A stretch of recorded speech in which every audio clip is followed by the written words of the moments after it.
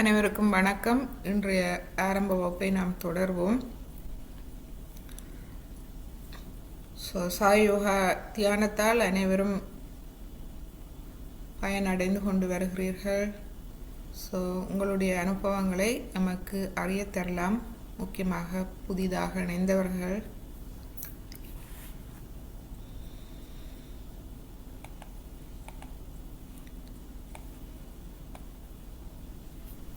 நாம் முற்றிலும் சிரமமின்றி இருந்தால் தியானம் சிறப்பாக செயல்படும். எனவே எமது மனம் உடல் இரண்டையும் ஆறுதலாக வைத்து கவனத்தை எமது பிரம்மராந்திரம் தலையுச்சி குழியில் வைத்து சிறிது நேரம் எம்மை அவதானிப்போம். எமது மனம், எண்ணங்கள், உணர்வுகள் என்ன செய்கின்றது? மெதுவாக அமைதியடைய விட்டு விடுவோம். இப்பொழுது ஒரு பாடலை கேட்டு நாம் கொஞ்ச நேரம் அமைதியாக தியானிக்கலாம்.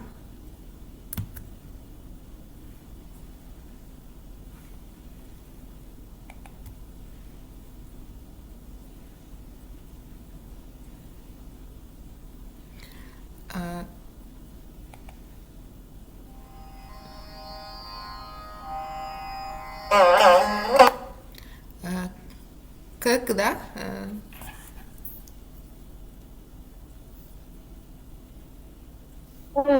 கேக்குது. ஓகே.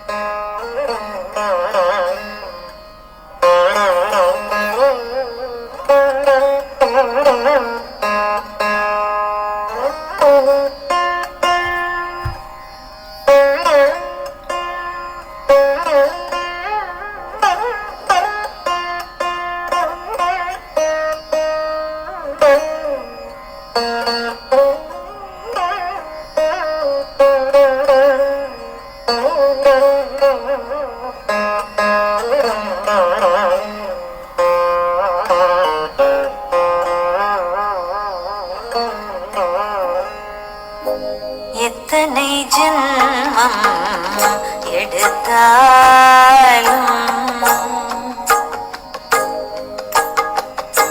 எத்தனை ஜென்மம் எடுத்தாலும் எந்தன் கடன் தீருமோ அம்மா? எத்தனை ஜென்மம் எடுத்தாலும் எந்தன் கடன் தீருமோ அம்மா? எத்தனை ஜென்மம் எடுத்தாலும் எந்தன் கடன் தீருமோ? அத்தனை அன்போடு நித்தமும் வந்தென்னை கட்டி அணைத்திடும் சைதன்யமே.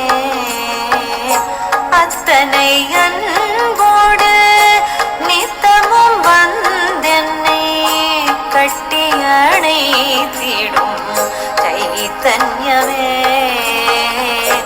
எத்தனை ஜென்மம் எடுத்தாலும் எந்தன் கடன் தீருமோ? அத்தனை அன்போடு நித்தமும் வந்தென்னை கட்டி அணைத்திடும் சைதன்யமே. எத்தனை ஜென்மம் எடுத்தாலும் எந்தன் கடன் தீருமோ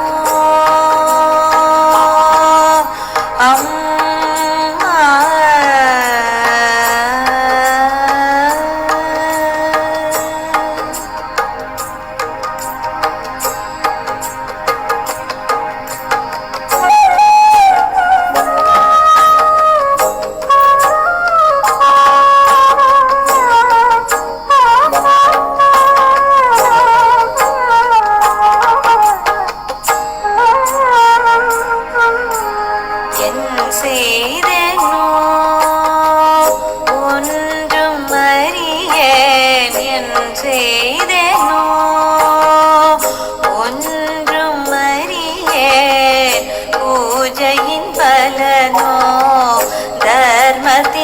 பலனோ முன் ஜென்மத்தின் பலனோ என் செய்தனோ ஒன்றும் அறியேன் ஆத்ம சாட்சாத்காரம் அனுபவம் பெறவே ஆத்ம சாட்சாத்காரம் அனுபவம் பெறவே எத்தனை ஜென்மம் எடுத்தாலும் எந்தன் கடன் தீரும்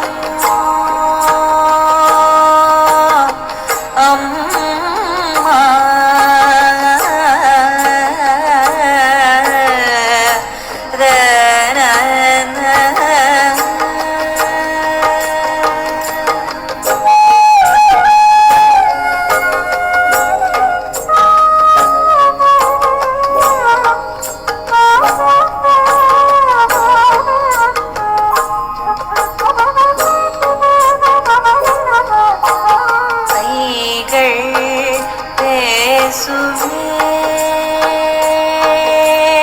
கைகள் பேசுமே உன்னருளால் கைகள் பேசுமே உன்னருளால் சூக்ஷ்ம உடலின் ஞானமும் பெற்று சூக்ஷ்ம உடலின் ஞானமும் பெற்று என் நிலை அறிவித்து என் குறை தெரிவித்து என் நிலை அறிவித்து என் குறை தெரிவித்து திருத்தங்களும் செய்து ஆனந்தம் பெறவே திருத்தங்களும் செய்து ஆனந்தம் பெறவே எத்தனை ஜென்மம் எடுத்தாலும் எந்தன்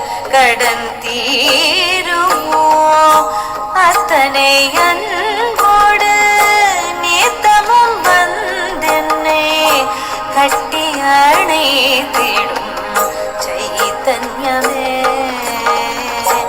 எத்தனை ஜென்மம் எடுத்தாலும் எந்தன் கடன் தீருமோ அம்மா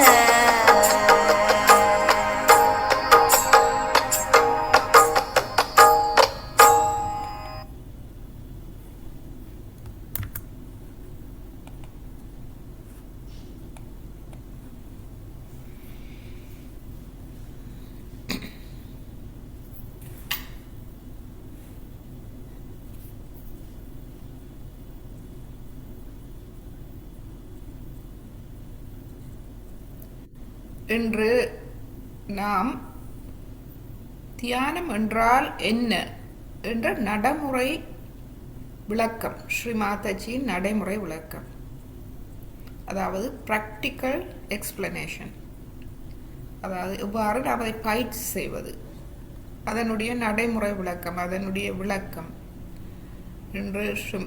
இன்று பார்ப்போம். முதலில் நமக்கு தெரியும் தியானம் என்றால் என்ன. நாம் சிரமமின்றி இருக்க வேண்டும். நமது மனம் உடல் இரண்டும் லேசாக இருக்க வேண்டும்.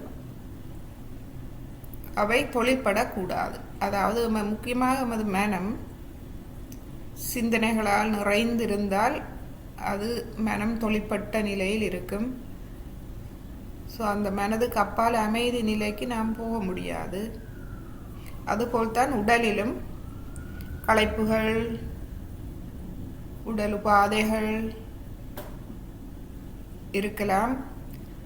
ஆனால் அவை அனைத்தையும் நாம் இந்த தியான நேரம் எம்மை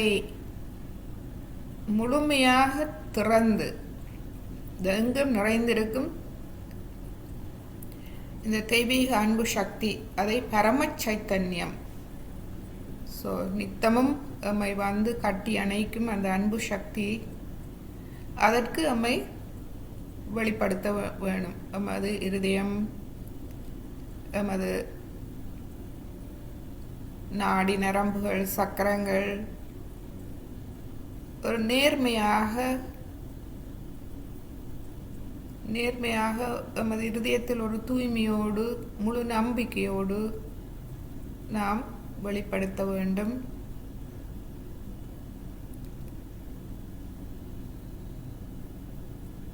ஸோ இந்நிலையில் என்ன நடைபெறுகின்றது? இவ்வாறு நாம் செய்யும் போது நாம் எமது மனதை அமைதி நிலைக்கு கொண்டு வரோம். மனதை அமைதி நிலைக்கு கொண்டு வருவது என்பது எமது வலது நாடியால் ஏற்படும் அந்த மமகாரம், எமது மனக்கட்டுப்பாடுகள், கடந்த கால நினைவுகள், அதனால் எமக்குள் ஏற்பட்ட ஒரு கட்டுப்பாடுகளை நாம் எமக்கே விதித்து வைத்திருக்கின்றோம். எமக்கு நாமே கட்டுப்பாடுகளை போட்டு வைத்திருக்கின்றோம். அவை சரியோ தவறோ என்று தெரியாமல் நாம் வைத்திருக்கின்றோம். அவை மமகாரம் எனப்படும். ஸோ இவற்றால் இவை ஒரு அனுபவம். நமக்கு அவை சரியானதாக இருக்கலாம், தவறானதாக இருக்கலாம், ஆனால் ஒரு அனுபவம். இந்த அனுபவம் நமக்கு எண்ணங்களை தர முயற்சிக்கும். அது அப்படி, இது இப்படி என்று. அதேபோல் நமது வலது நாடி எதிர்காலத்தை பற்றி நாம் பயப்படுகின்றோம், அதீதமாக சிந்திக்கின்றோம், செயலாற்றுகின்றோம். வெற்றி அடைந்தால் எமக்கு அகங்காரம் வருகிறது, நான் இதை சாதித்தேன் என்று. தோல்வி அடைந்தால் நாம் உடைந்து போகின்றோம், மன அழுத்தங்கள் வருகின்றது. ஸோ அதனால் மீண்டும் அதிக சிந்தனைகள், மனதில் கவலைகள் சூழ்கின்றது. ஸோ இது எமது அகங்காரத்தின் விளையாட்டு, எமது வலது நாடி அகங்காரத்தின் வேலை. ஸோ இவைதான் மனதில் நடைபெறுகின்றது. நாளாந்தம் நமக்கு இவற்றுக்கு அப்பால் நாம் செல்ல வேண்டும். எனவே இவை அமைதி அடைய வேண்டும். மனம், இந்த மமகாரம், அகங்காரம் அமைதி அடைய வேண்டும். எமது இடது நாடி வலது நாடி அமைதி அடைந்து சமநிலைக்கு வந்து எமது நடு நாடியில் தானாக இயங்கும் சக்தி, குண்டலினி சக்தி வேலை செய்ய விட்டுவிட வேண்டும். ஸோ இந்த நிலைக்கு நம்மை கொண்டு வருவது எமது வேலை. வந்த பின்பு எமது நாம் ஆறுதல் அடைந்த பின்பு குண்டலினி தாயை வேலை செய்ய விட்டுவிட வேண்டும். ஸோ இதுவே தியான நிலை. ஸோ இங்கு உண்மையில் என்ன நடக்கின்றது? இந்த பயிற்சியில் என்ன நடக்கிறது என்றால், எமது இடது நாடி மனசக்தி, மனதினுடைய சக்தி, வலது நாடி பிராணசக்தி. பிராணசக்தி எமது தொழிற்பாடுகளுக்கு தேவையான சக்தி. சுவாசம் மூலம் ஆக்சிஜனை, வாயுவை உள்ளெடுத்து வாயு நமக்கு சக்தியை தருகின்றது. பஞ்சபூதங்களில் ஒன்று வாயு. ஸோ இந்த மனசக்தியும் பிராணசக்தியும் சமநிலைக்கு வர வேண்டும். ஸோ இதை நாம் நடைமுறையில் சமநிலைக்கு கொண்டு வரலாம். நமக்கு இலகுவாக தியான நிலைக்கு செல்ல முடியாத சில சந்தர்ப்பங்கள் நமக்கு வரும் வாழ்வில். அந்த நிலையில் நாம் பிராணாயாமம், மூச்சு பயிற்சியை நாம் தேவைக்கு ஏற்ப செய்யலாம். அதுவும் அதிகம் செய்ய தேவையில்லை. 2-3 தடவை நாம் கவனத்தை அதில் வைத்து செய்தாலே போதுமானது. நமது பிராணசக்தியும் மனசக்தியும் அமைதியடைந்து ஒரு அமைதி நிலைக்கு கொண்டு செல்லும். இன்று நாம் இந்த பயிற்சியை நாம் ஸ்ரீ மாதாஜியோடு சேர்ந்து செய்வோம். ஸ்ரீ மாதாஜி எமது பிராணசக்தி மூலம், பிராணசக்தி மூச்சு பயிற்சி, பிராணசக்தி மூலம் எவ்வாறு மனசக்தியையும் எமது இடது நாடியையும் அமைதியடைய செய்வது என்பது பற்றிய ஒரு விளக்கம் நமக்கு தந்திருக்கின்றார். அந்த பயிற்சி மூலம் நாம் நம்மை தியான நிலைக்கு, அந்த அமைதி நிலைக்கு நாம் நம்மை கொண்டு செல்லலாம். இப்பொழுது ஸ்ரீ மாதாஜியின் அந்த வீடியோவை நாம் பார்ப்போம்.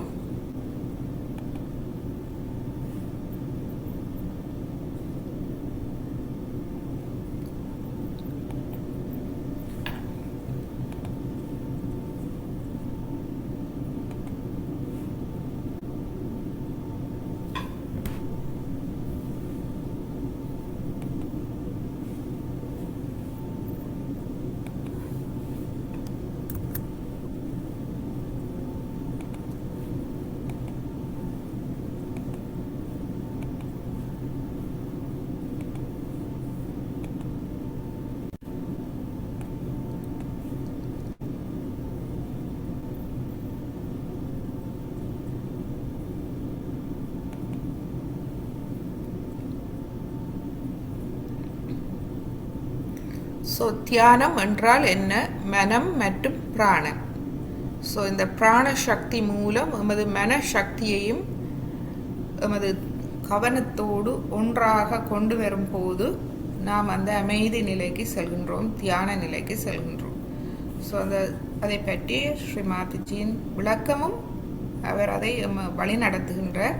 எனவே நாம் அவரோடு சேர்ந்து செய்வோம்.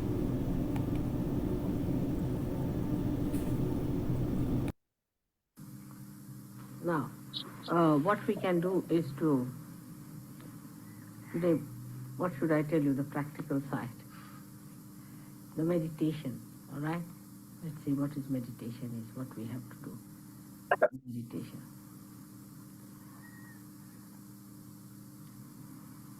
The first thing we have got is the left side, is the mana shakti, is the power of your emotions, all right? Now, emotions are connected with your right side also, prana. Say for example, if you are emotionally disturbed, just now we got disturbed. So our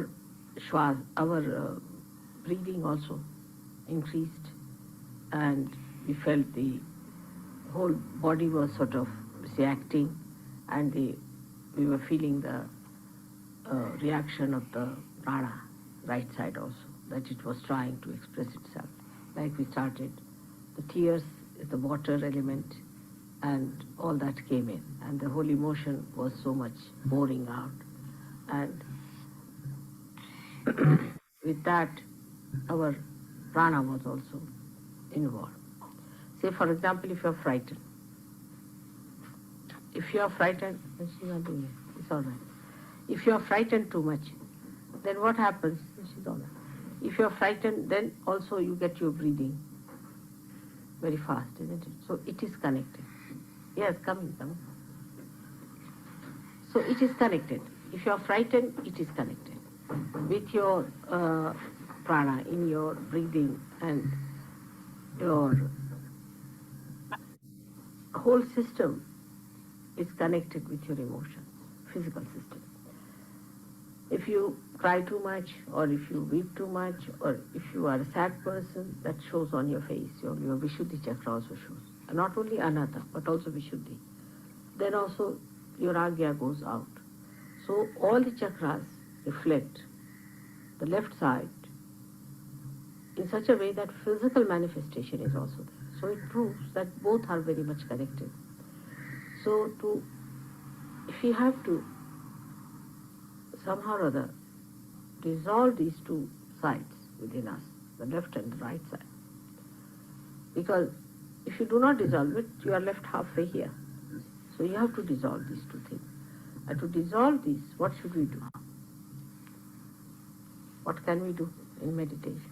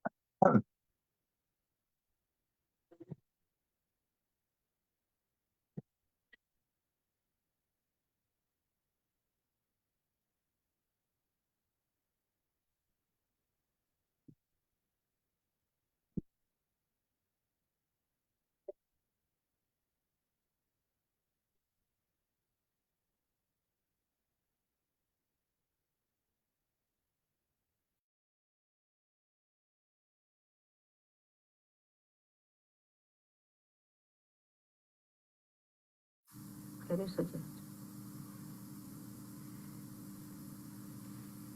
Say we have got prana and mana. Now prana represents the right side and the mana shakti is the left side. Alright? These two have to be dissolved. Laya means dissolve. Now how do we do it? To dissolve these two things. They are connected with each other.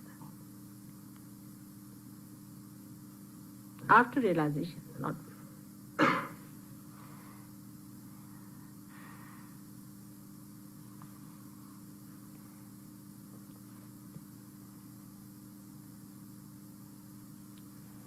So before meditation, we give ourselves a balance. Alright? Which side is more, which side is less. At the time, supposing you are emotionally that time disturbed, then you put your right to the left. If you are that time disturbed on the left side, disturbed in the sense that if your left side is frozen, then you raise your left side and give yourself a balance before meditation. Now, let us see which side is less, first of all. Put your hands like this. Are you alright? Getting cool breeze? Getting it? And this hand not. Alright.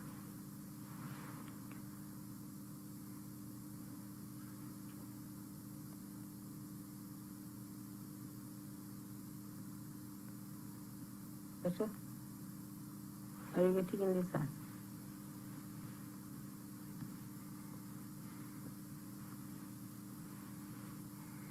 No? Something moving? Cool breeze is coming now. Is there cool breeze? Is it? There is cool breeze in your hand? Are you feeling it? All right.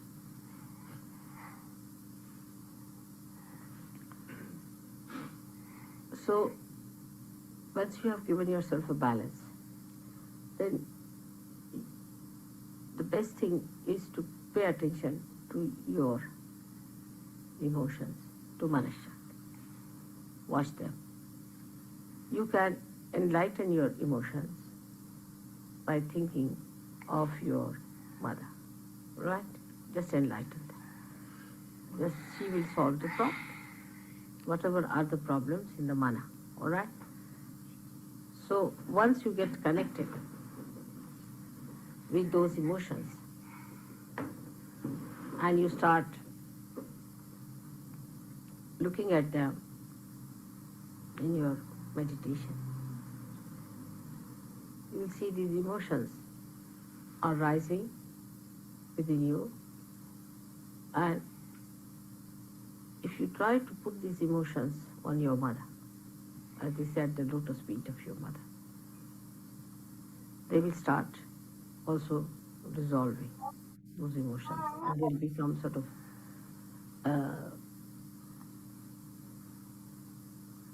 expanse. You will extend that in such a way that you will feel you are in control of these emotions.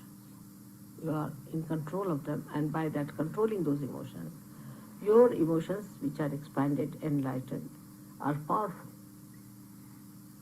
And these emotions, when you feel that way, then the cause of those emotions can be solved. For example, just now, you got emotionally stirred up because I talked about, say, these children. Naturally, anybody would be. Now, when you are stirred up with that, you put that problem of those feelings that are rising in you, that those waves of feelings that are coming at the lotus feet of your mother. So they get touched, say, by that power, you can say. Then these emotions become enlightened. And when these emotions become enlightened, they have a power to solve the problem. Do you see the point? As if they have reached a shore where they got the light and this problem can be solved. Because now you are not in an individual self. You are in the expanse. You are in the samashti. And because you have entered into that position, that's why you have got these powers of entering into another person's body, to see the vibrations of another person, to raise the Kundalini. Otherwise, you could not have done. So for you it is very easy to do it, because I am also sitting here in person. So easy to put these emotions just there so that they get enlightened and your wish is fulfilled. Because emotions are nothing but wishes. These are unfulfilled wishes. Now, how they do it otherwise is also this way, that you take up these emotions and put them. So that is, these emotions are actually the left side, as I said, is the desire. So the desire is taken, any desire, and is put in the prana. Now how do you put it on the prana? That you control your prana. That's why they do pranayamas. See? Like you sit down now very comfortably.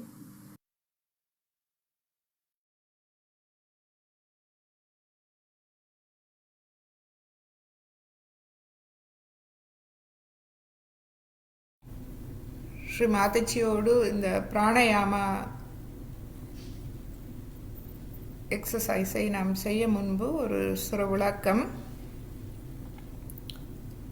Sri மாதஜி சொல்கின்றார், எமது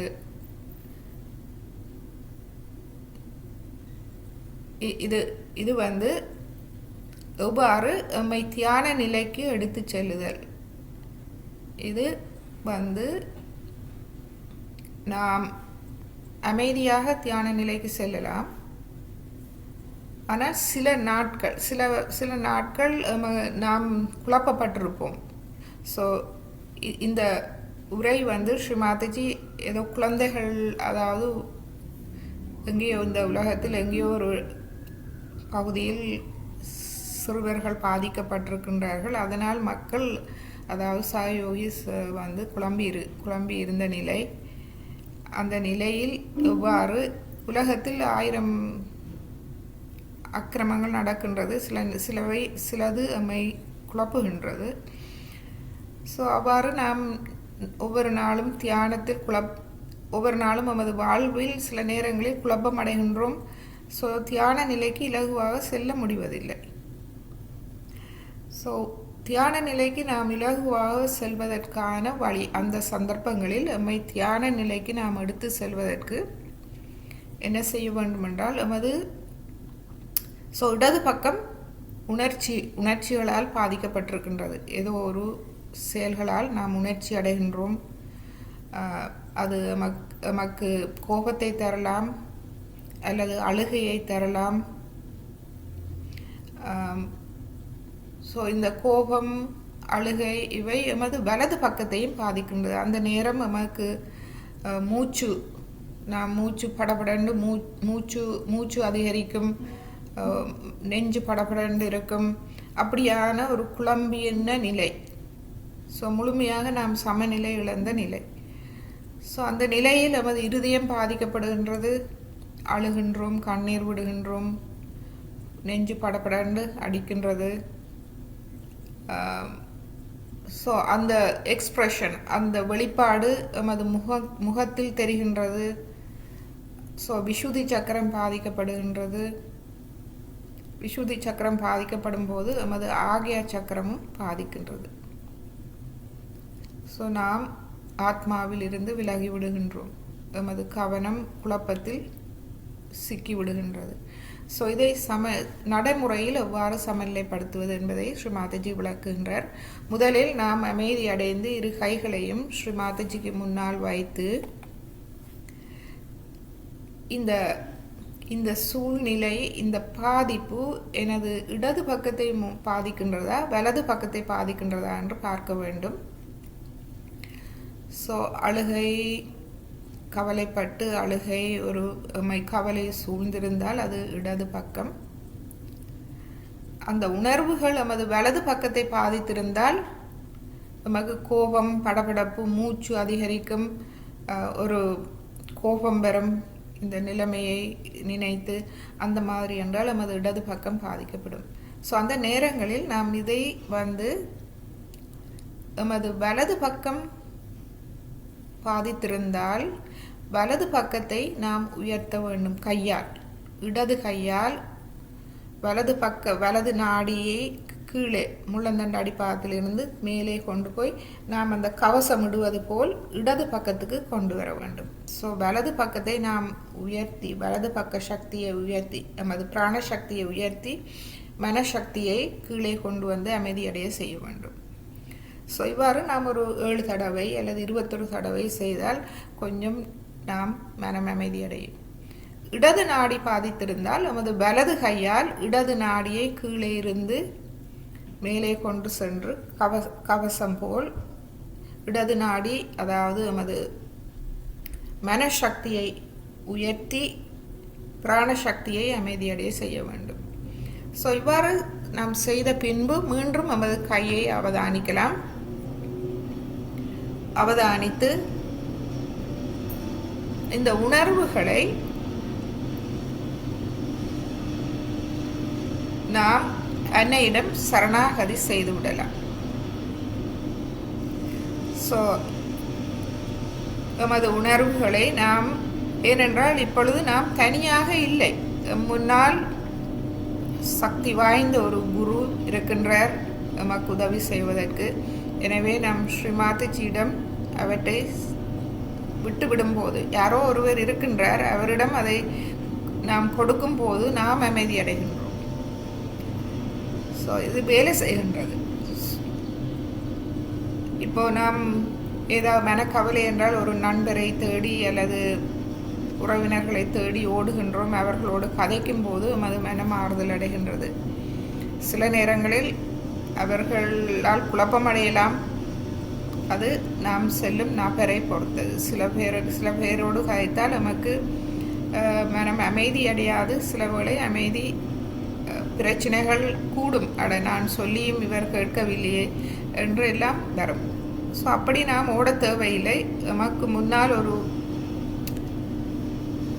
இந்த அன்பு சக்தி, தெய்வீக சக்தி இருக்கின்றது. So குரு மூலமாக நாம் அதனை சரணாகதி செய்யலாம். ஸோ சரணாகதி செய்து நான் ஒரு தூய ஆத்மா என்ற அந்த உண்மையை கொண்டு வந்து அது இடது நாடியை நாம் சமநிலைப்படுத்தும் போது வலது நாடி சமநிலை அடைகின்றது.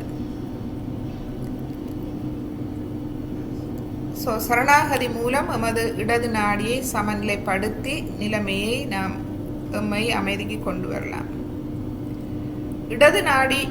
வலது நாடி பாதிப்பு அடைந்திருந்தால் நாம் இந்த உணர்வுகளை ஒளியூட்ட வேண்டும்.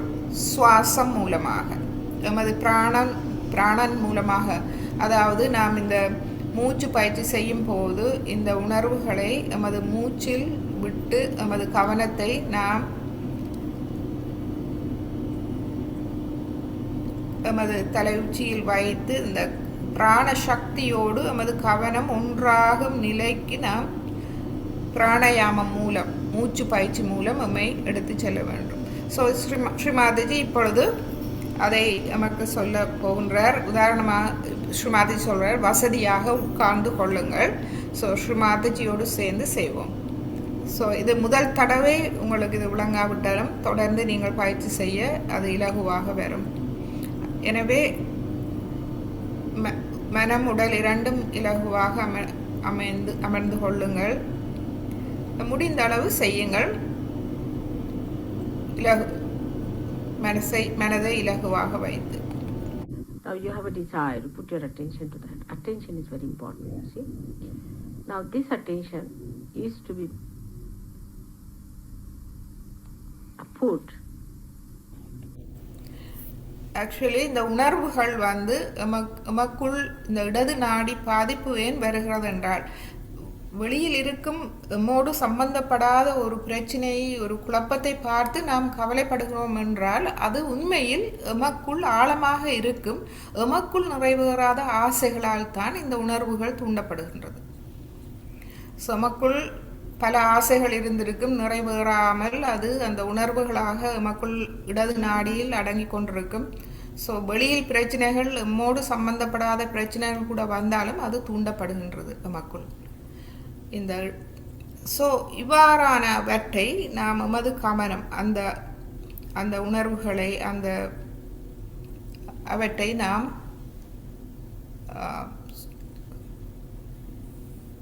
எமது பிராண சக்தியில் வைத்து அமைதியடைய செய்ய வேண்டும். இப்பொழுது உதாரணத்துக்கு ஒரு குடும்பத்தில் கணவன் சரியில்லாதவர் என்றால் அந்த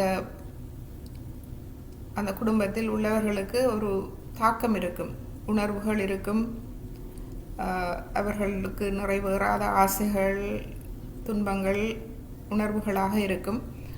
இது தொடர்பான ஏதோ ஒன்று வெளியில் நடந்தால் அது அவர்களை தூண்டும். ஸோ இவ்வாறான ஆசைகள் எம்மால் கட்டுப்படுத்த முடியாது, மற்றவர்களை நாம் திருத்த முடியாது, எம்மைத்தான் நாம் சமநிலையை கொண்டு செல்ல வேண்டும்.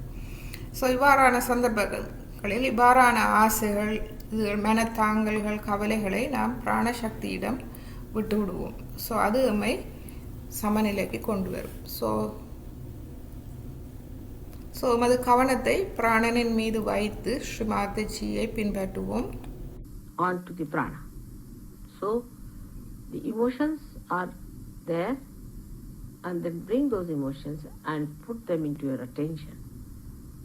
Means they are now, you are aware of them. Now what you do is to watch your breathing. See now. Try to reduce your breathing. Reduce it. In the sense that you have breathed out, wait for a while, then breathe in.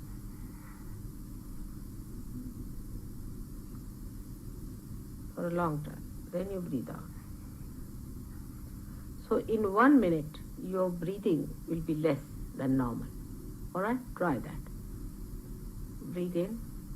Now with the emotions, keep the attention on the emotions, you see, so that the connection is established.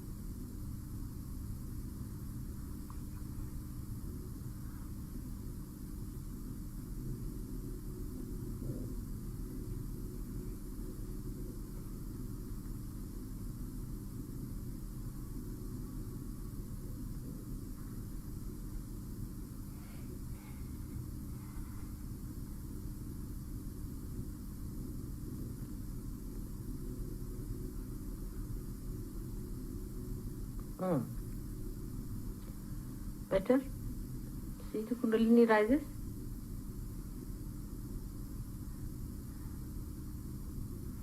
Now when you are breathing, you find that there is a space in between, which you just leave it vacant. Breathe in. Now leave it vacant. Now breathe out.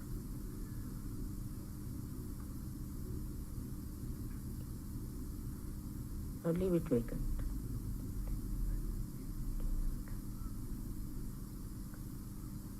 Breathe in.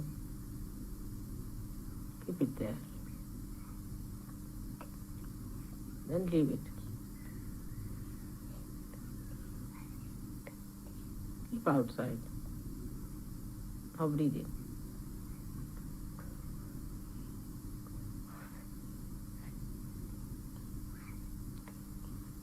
Now start breathing in such a way that you stop your breathing.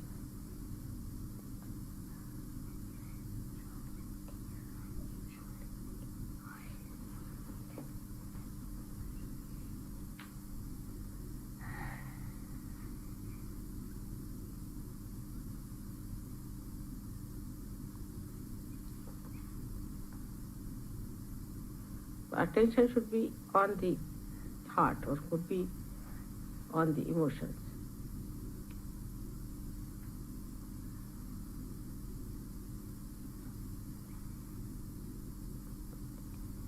It's better.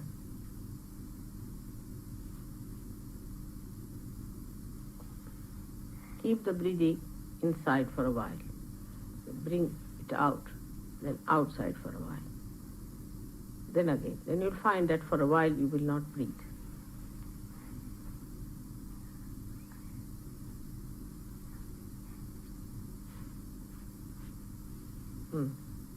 See, you settle down. The laya takes place between your prana and your mana. Both the Shaktis become one. Now, at this stage when you are silent, now you think of your intellect.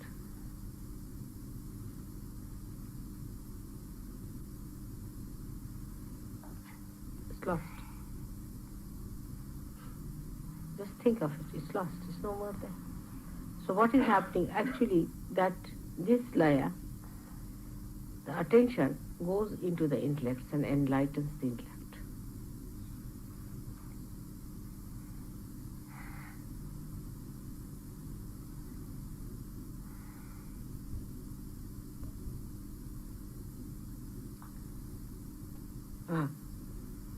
See, the thought is not there. Try to find your intellect within yourself. Now see, where is my intellect? Try to find it.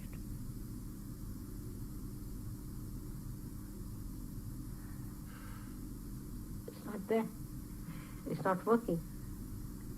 Again try it. It is working, but it has become the samashti. It's become the collective now.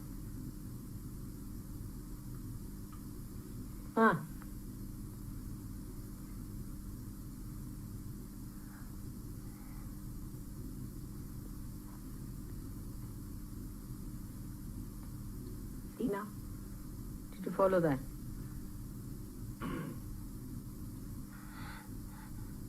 There's no thought. This exercise will give you this thoughtless awareness, establishment of thoughtless awareness. There is no thought.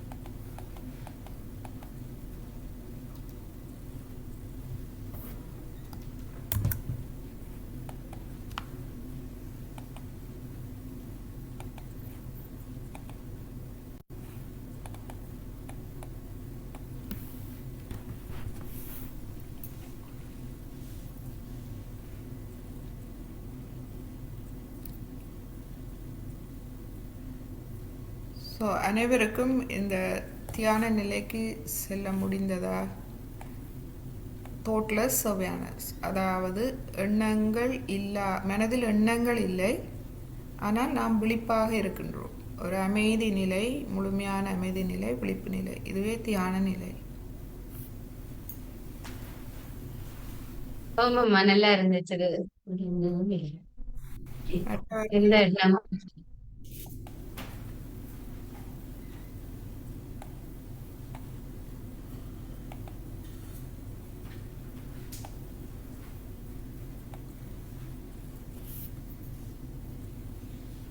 எதுவும் கேள்வி இருக்கின்றதா? அமைதி நிலைக்கு நல்லா செல்ல முடிஞ்சது. Okay. So இதை சுருக்கமாக சொல்வதென்றால் ஸ்ரீமாதிஜி என்ன சொல்கின்றார் என்றால், சரணாகதி நிலையில் நமது பிரச்சனைகள் இதுகளை நாம் இந்த உணர்வுகள் கவலைகள் இவற்றை இடது நாடியை எமது வலது நாடியையும் தூண்டிவிடுகின்றது. நமக்கு நாம் வெளியில் ஒரு இந்த உலகத்தில் வெளியில் நடைபெறும் ஒரு பிரச்சனை எதுவாக இருந்தாலும் எமக்குள் இந்த கடந்த காலம், எமது இறந்த காலம், கடந்த காலம், எமது இடது நாடி இதில் இருக்கும் பாதிப்பை தூண்டக்கூடியது. அது ஒவ்வொருவருக்கும் வித்தியாசம். இப்போ சில பேர் உலகத்தில் என்ன நடந்தாலும் ஸ்டெடியாக இருப்பார்கள், சில பேர் அதால் பாதிக்கப்படுவார்கள். ஏனென்றால் அவர்களுக்குள் ஆழமாக ஏதோ அந்த பாதிப்பு ஒன்று இருக்கின்றது. அது வெளியில் வந்து சில நேரங்களில் எமக்கு உணர்வுகளை தந்து எமது வலது நாடியையும் பாதிக்கின்றது. ஸோ நடைமுறையில் நாம் அதை காணலாம். நாம் நெஞ்சு படபடத்து தாண்டி நிலம் ஒரு அமைதி இழந்து ஸோ வலது நாடியும் பாதிக்கப்படுகின்றது. ஸோ இவற்றை எவ்வாறு இந்த நிலைமைகளில் எவ்வாறு நாம் உண்மை சமநிலைக்கு கொண்டு வருவது. ஸோ சுருக்கமாக சொல்லப்போனால் இது எங்கிருந்து வருகிறது என்று நாம் ஆராய தேவையில்லை. ஒன்றை ஒன்று நாம் நினைக்க வேண்டும். நான் ஒரு தூய ஆத்மா, எனவே இப்பொழுது இந்த கடந்த காலம் என்னை பாதிக்க முடியாது. எனவே இந்த நிறைவேறாத ஆசைகளால் வரும் உணர்வுகள் அனைத்தும் நாம் இப்பொழுது சரணாகதி செய்துவிட வேண்டும். நாம் எங்கும் நிறைந்த இந்த இறை சக்திக்கு முன்னால் இருக்கின்றோம். எமக்கு உதவி செய்ய எமது குரு இருக்கின்றார். ஸோ அவர் முன்பு அவர் தந்த வழிகளை நாம் பின்பற்றலாம். ஸோ அவற்றை சரணாகதி செய்து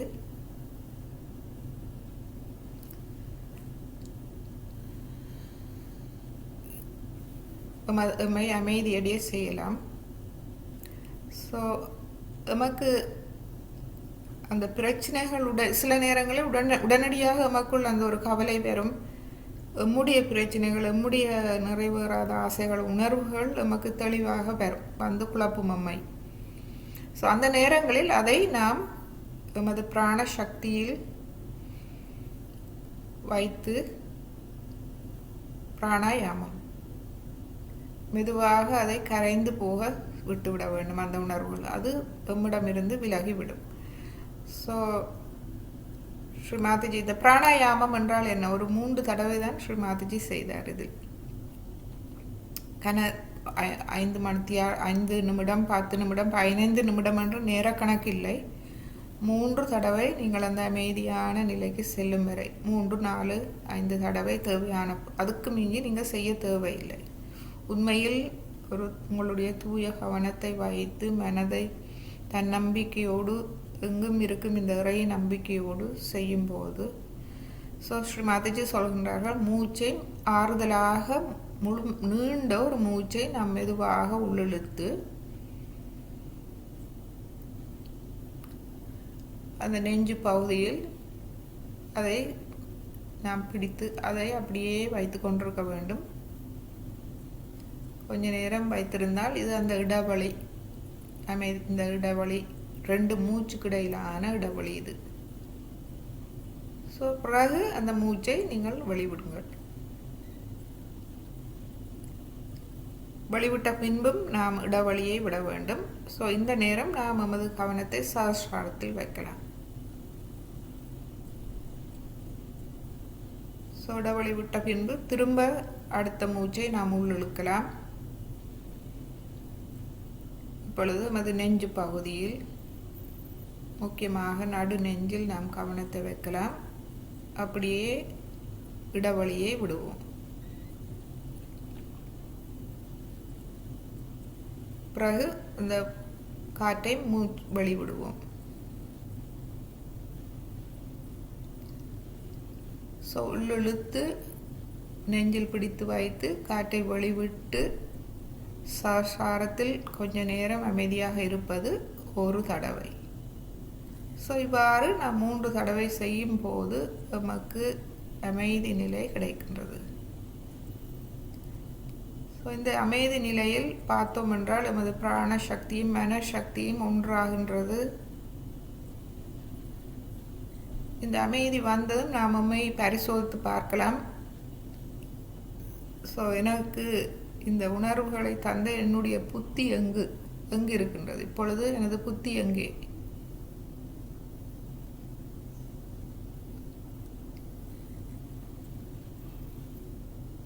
என்றால் இப்பொழுது எமது மனது அமைதியான நிலையில் இருக்கின்றது.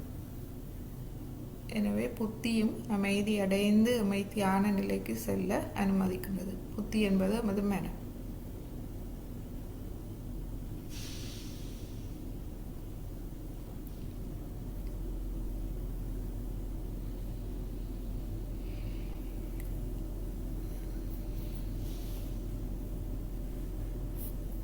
ஸோ எமது இடது நாடியில் நாம் இந்த சமநிலையில் இருக்கும்போது எமது இடது நாடியில் நமக்கு ஆறுதல் தரும் சக்தி, குண்டலினி சக்தி 3 நாடிகளிலும் இயங்குகின்றது. இடது நாடியில் நமக்கு ஆறுதலை தந்து, நமக்கு அன்பு ஆறுதல் தந்து, நமக்கு எம்மை ஆனந்தத்துக்கு எடுத்து செல்கின்றது. வலது நாடி பிராணசக்தி எமது கவனத்தை ஒளியூட்டி எமக்கு ஞானத்தை தருகின்றது, அறிவை தந்தருள்கின்றது. நடு நாடியில் எம்மை முழுமையாக மீட்டெடுக்கின்றது, எமக்கு ஞான சக்தியாக இருந்து எமக்கு யோக சக்தியை தருகின்றது. நமது ஆத்மாவோடு எம்மை இணைக்கின்றது முதலில். ஸோ முழுமையாக எமது கவனம் ஆத்மாவில் லயமாக ஒன்றாகின்றது. ஆத்மா மூலம் நாம் பரமாத்மாவோடு இணைகின்றோம். அதாவது இங்கே எங்கும் நிறைந்திருக்கும் இந்த இறை சக்தி எமக்குள் வேலை செய்ய ஆரம்பிக்கின்றது. ஸோ இதுவே எமது தியானத்தின் நடைமுறை விளக்கம் ஸ்ரீமாதஜி எமக்கு தந்திருக்கின்றார். ஸோ எந்த விதமான கஷ்டமான சூழ்நிலையிலும் நாம் இந்த பயிற்சி மூலம் நம்மை அமைதிக்கு கொண்டு வந்து நம்மை அந்த உண்மை நிலைக்கு நம்மை கொண்டு வரலாம். நான் ஒரு தூய ஆத்மா, நான் பரமாத்மாவின் ஒரு அங்கம், பரமாத்மாவே என்னை முழுமையாக கவனித்துக் கொள்கின்றது. ஸோ எதற்கும் எனது சொந்த பிரச்சனையாக இருந்தாலும், இந்த வெளியில் உலகத்தில் என்ன பிரச்சனை இருந்தாலும் நாம் அவற்றிலிருந்து விடுபட்ட ஒரு நிலையில் இருக்க முடியும்.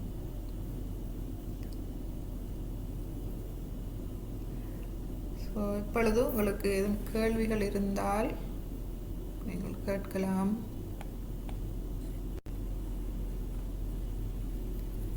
அல்லது மீண்டும் கீதா சொல்லுங்க. என்னென்ன வச்சால் உள்ளிழுத்து டக்குண்டு பிடிச்சு வச்சிருக்கிறதுலயே வெளியில மூச்சை உள்ளிழுத்து கொஞ்ச நேரம் நெஞ்சில வச்சிருந்துட்டு வெளியில விட சொல்றா 3 தடவை. அது உள்ளிழுத்துட்டு டக்குண்டு அது பிடிச்சு வச்சிருக்கலாமலே டக்குன்னு வெளியில போகுது. அதற்கு என்ன செய்யலாம்? அது பயிற்சி வேணும்.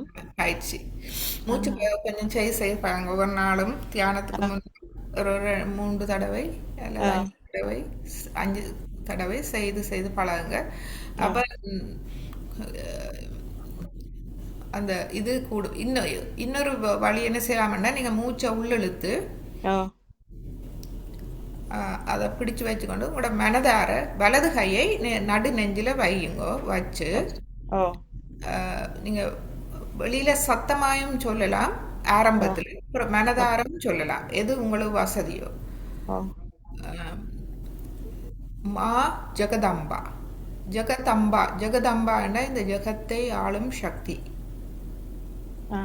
இந்த ஜெகம், அதாவது இந்த பரம சைத்தன்யம், இந்த எங்கும் நிறைந்திருக்கும் இறை அன்பு சக்தி, அது ஒரு தாய் சக்தியாக நமக்குள்ள இருக்குது. சரியா? அதை நாங்க 12 தடவை சொல்லுவோம்.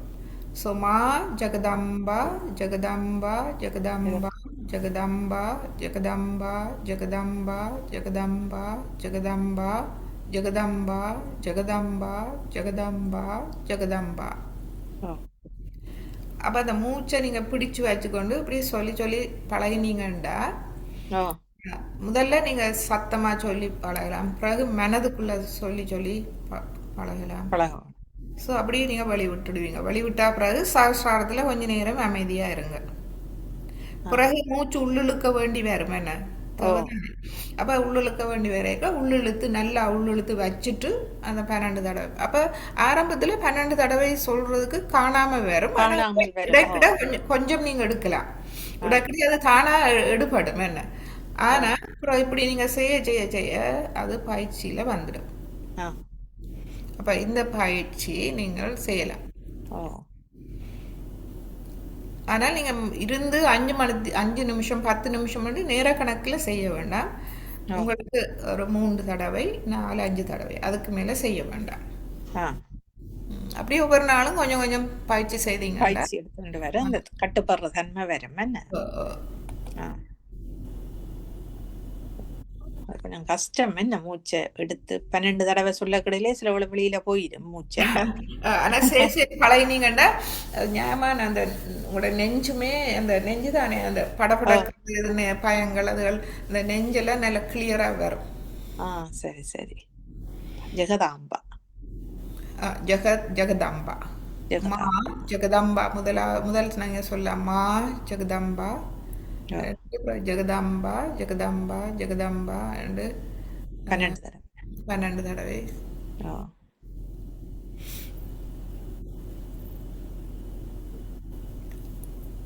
சரி.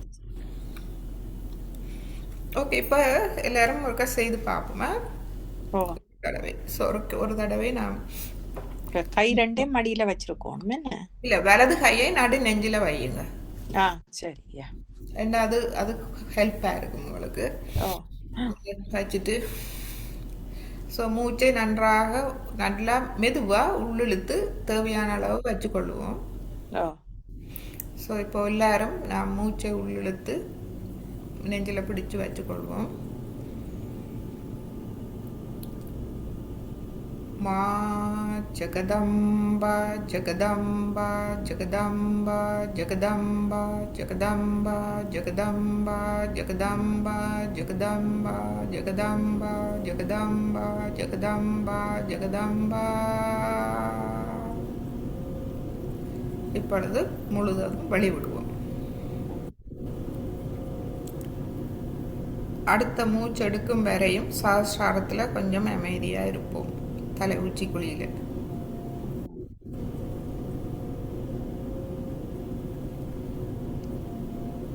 பிறகு மீண்டும் நல்ல நீண்ட மூச்சை எடுப்போம்.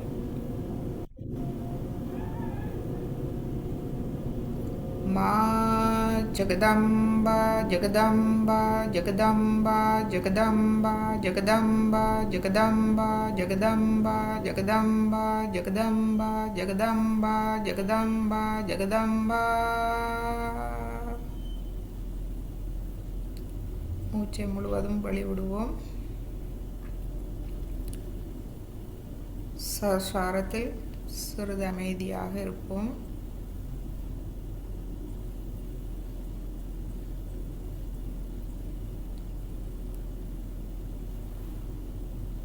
மீண்டும் காற்றை உள்ளிழுப்போம்.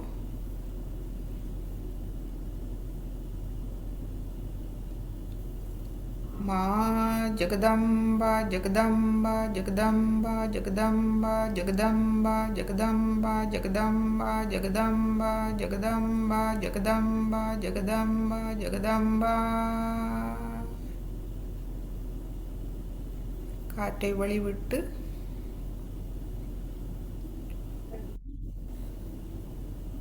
இப்பொழுது சகஸ்ராரத்தில் மனம் உடல் இரண்டும் ஒரு ஆறுதலான நிலையில் தியான நிலையில் இருப்போம்.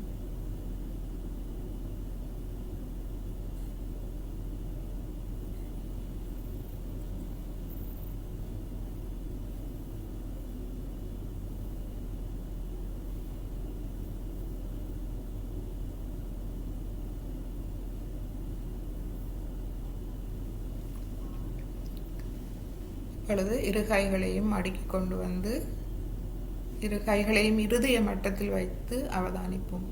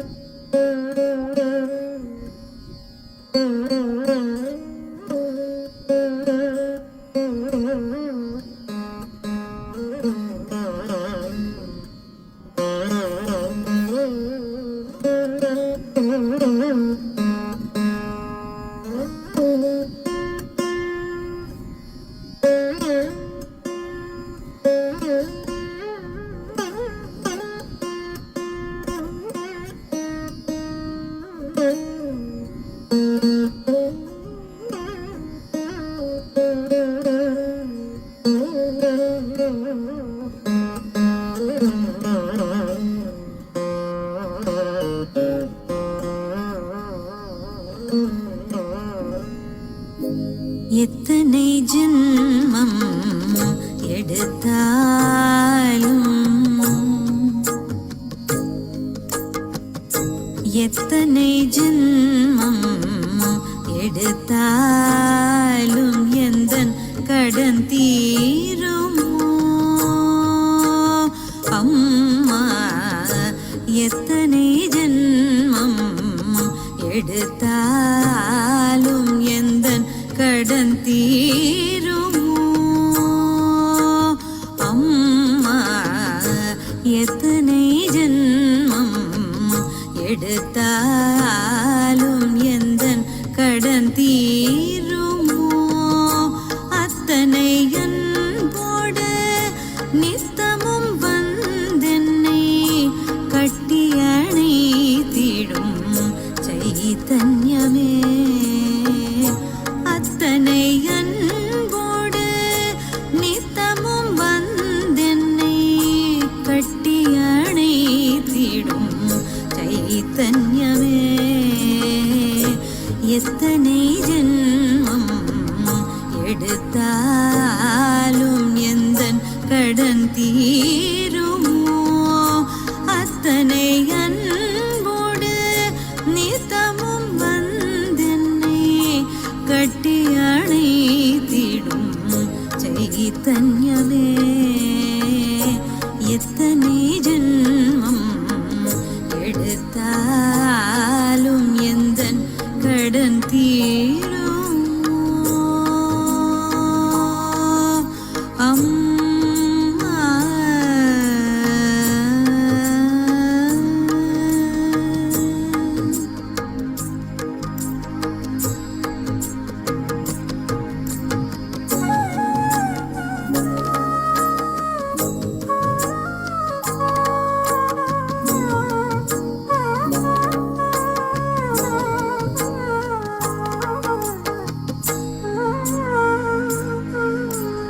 என் செய்தேனோ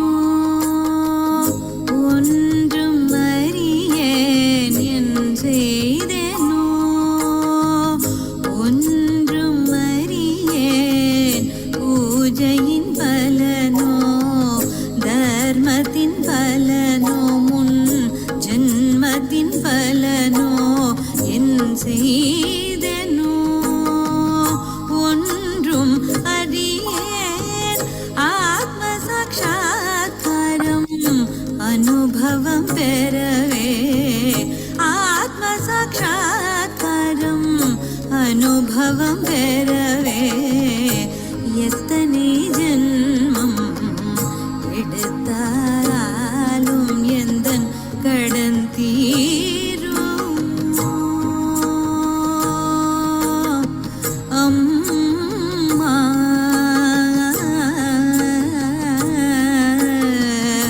ர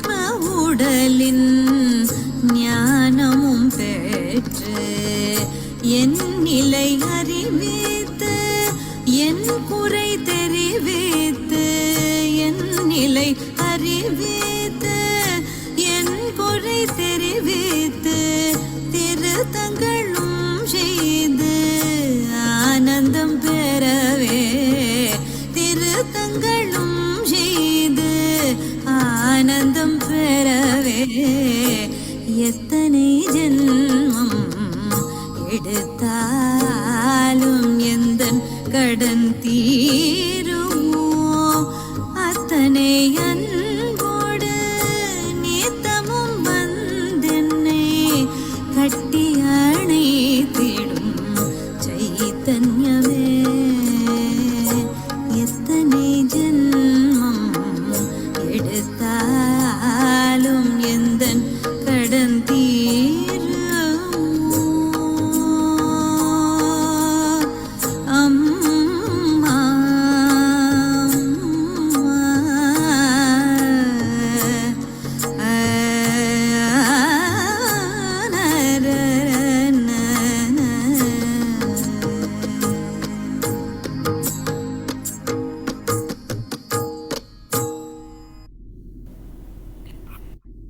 ஸோ இப்பொழுது குண்டலினி எண்ணெயை எழுப்பி கவசம் இட்டுக்கொள்வோம். அதன் பின்பு உங்களுக்கு கேள்விகள் இருந்தால் நீங்கள் கேட்கலாம். ஸோ இப்பொழுது குண்டலினி எண்ணெயை எழுப்பி கவசம் இட்டுக்கொள்வோம். முதலாவது தடவை ஒரு முடிச்சு கைகளை மெதுவாக கீழே கொண்டு வருவோம். இரண்டாவது தடவை ஒரு முடிச்சு கைகளை மெதுவாக கீழே கொண்டு வருவோம். மூன்றாவது தடவை 3 முடித்துக்கள் போட்டுக்கொள்வோம். 1 2 3 கைகளை மெதுவாக கீழே கொண்டு வருவோம். கவசம் எடுத்துக்கொள்வோம். எமது 7 சக்கரங்களின் நற்பண்புகள் நமக்கு கவசமாக அமைகின்றது. மூலாதாரம், சுவாதிஷ்டானம், நாபி, பவசாகரம், இருதயம், விசுத்தி ஆக்யா, சஹஸ்ரார. ஸோ இரு கைகளையும் கூப்பி எமக்குள் இருக்கும் அனைத்து நற்பண்புகள் மற்றும் மற்றவர்களிடம் இருக்கும் அனைத்து நற்பண்புகளுக்கும் வணக்கம் செலுத்தி ஸ்ரீ மாதாஜிக்கு எமது இதயபூர்வமான நன்றிகளை, அனந்த கோடி நன்றிகளை தெரிவித்து இன்றைய தியானத்தை நாம் முடித்துக்கொள்வோம். ஸோ மேலும் உங்களுக்கு கேள்விகள் இருந்தால் நாம் இப்பொழுது கலந்துரையாடலாம்.